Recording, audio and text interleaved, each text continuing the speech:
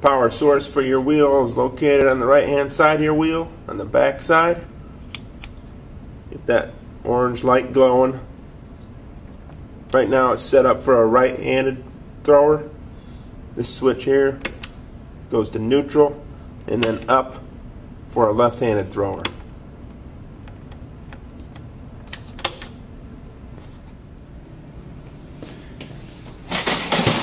Okay, things you're going to need to throw on your wheel today. You need your bat. The bat has bat pin holes that are 10 inches apart and 8.5 inches apart. You want to use the 10-inch bat pin holes because they fit the 10-inch wide bat pins. Put your fingers over the bat pin holes and slide your bat right on top of the bat pins. Start by getting your bat damp. You don't need it really wet, just damp so it's sticky. Get your wedged clay and slam it down right in the middle of this wheel head. If the wedged clay is wet, you're going to splash everyone, and if this is damp or too wet here, you're going to also splash everybody. So just use a little bit of water on that. Set your wheel speed with the pedal. About 150 to 200 RPMs is good for centering. You need your bucket with some water. A couple of handy tools you're going to want to have is an elephant ear sponge, a rib tool, a wire loop tool, and a wire cutter. Alright, start by getting your clay wet and your hands wet. Brace your elbows against your hips. Lean into the clay to get it centered.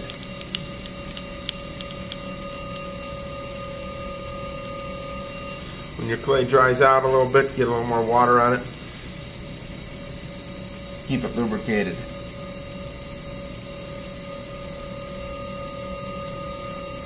Okay, once you get it centered, I want you to cone up your clay.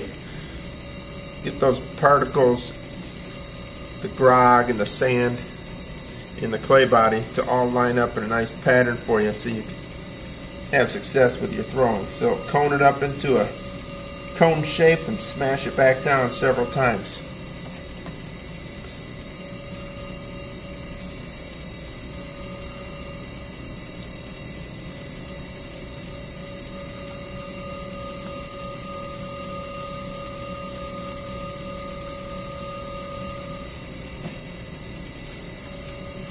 Here's the third and final time of coning up.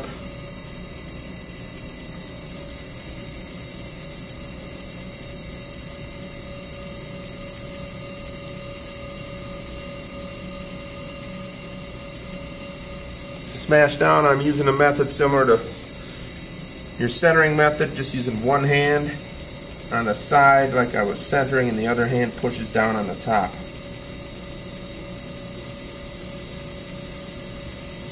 And now my clay is ready to open up. Brace your elbows, brace your legs, find the center of your clay and push straight down. Go down in a half an inch or so. Get a little water in there, in that reservoir, and then keep going down. Stop when you think you're about a half an inch from the bottom. Unless you're making a flower pot, then you can put a hole in the bottom of it. But then you want to pull out.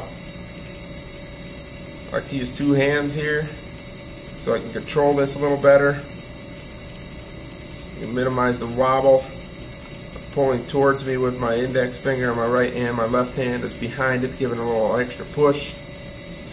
Now I can fit my whole hand on the inside of this piece of thrown pottery. Slow down your wheel speed now at this point. Maybe about 100 RPMs. Use your elephant ear sponge on the outside of your clay. At like 3 o'clock, you're going to push in with your right hand and raise up. The left hand rests on the right hand slightly higher than the outside finger. You're just using 2 fingers to touch the clay. Minimize your contact with the clay at this point. You need to be gentle with this clay. Pushing in and raising up at a consistent pace. At the top now, it's already thin enough. I don't need to push there. You'll notice the top rim is getting a little wobbly. This is where your wire cutter comes in handy. Put one thumb on the inside, the other thumb on the outside. At 3 o'clock, push down and pull up to trim your rim off. Now you could recondition this rim by compressing the rim. I'll do this a couple more times. Push it in here firmly. Now raising up with a consistent, even pace, letting off the pressure as I get taller on the clay. Every time I do this, the clay will get slightly taller and the sidewalls will get thinner.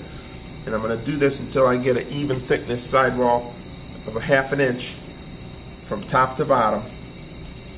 This might be my last time right here, pulling up, pushing in, and pulling up.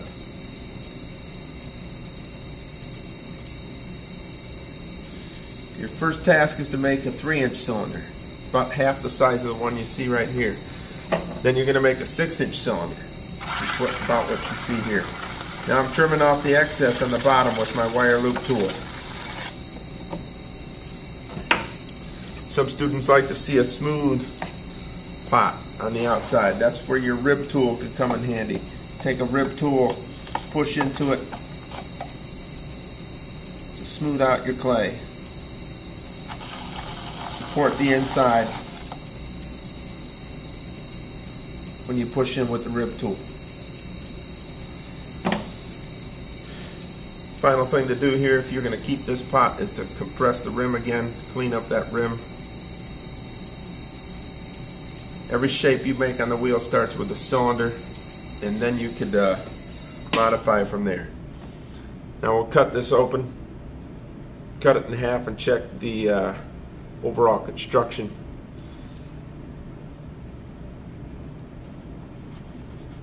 Your first several things you make on the wheel, we're going to destroy them just to see how it's put together.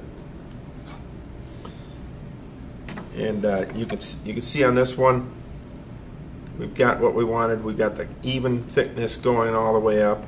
Nice even thickness base. This will dry nice and easy. It'll sound nice once it gets fired. It'll be a strong pot. Clean up. Leave the bat on the wheel for cleanup.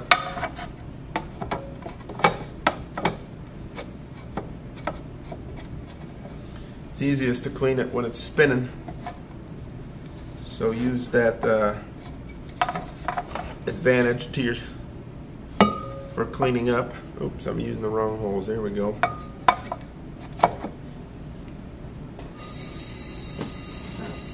So as it's spinning, you can take your rib tool and just scrape off all that extra clay. Then you don't have to take the bat to the wheel, to the sink to clean it out.